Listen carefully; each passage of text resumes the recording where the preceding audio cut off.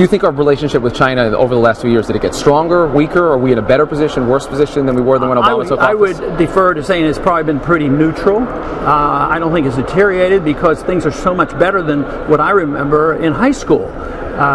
We were fighting the Chinese and the Koreans, and one of my teachers was sent to Korea and never came back. So that had an impact on me.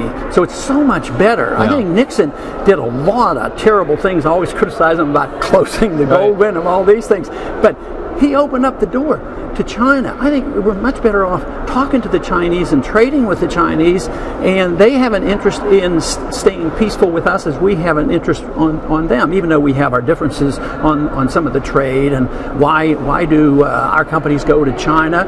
And in some ways they embarrass us because they're more capitalistic than we are. Right. It's easier for our businesses to go to China than it is to stay here. That aggravates me, but I blame ourselves for that. All right, let's talk about one other person, your home state governor, Rick Perry, thinking about getting in. You want to give us an assessment of the governor?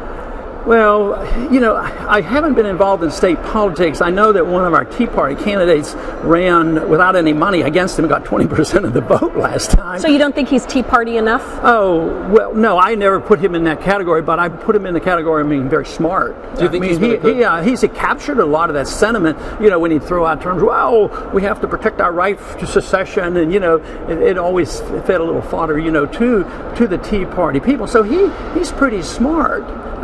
And I think he would always come that way. So he's into politics pretty well, and he would be a formidable candidate. Can he take credit for Texas's economy? He's been doing very well over the last decade, as you know. Well, no, I think the conditions of Texas over the many decades has been healthier for the economy. It's a right to work state. You know, he didn't do that, but he would support that. We don't have an income tax. We do have high property taxes, but the environment there is good.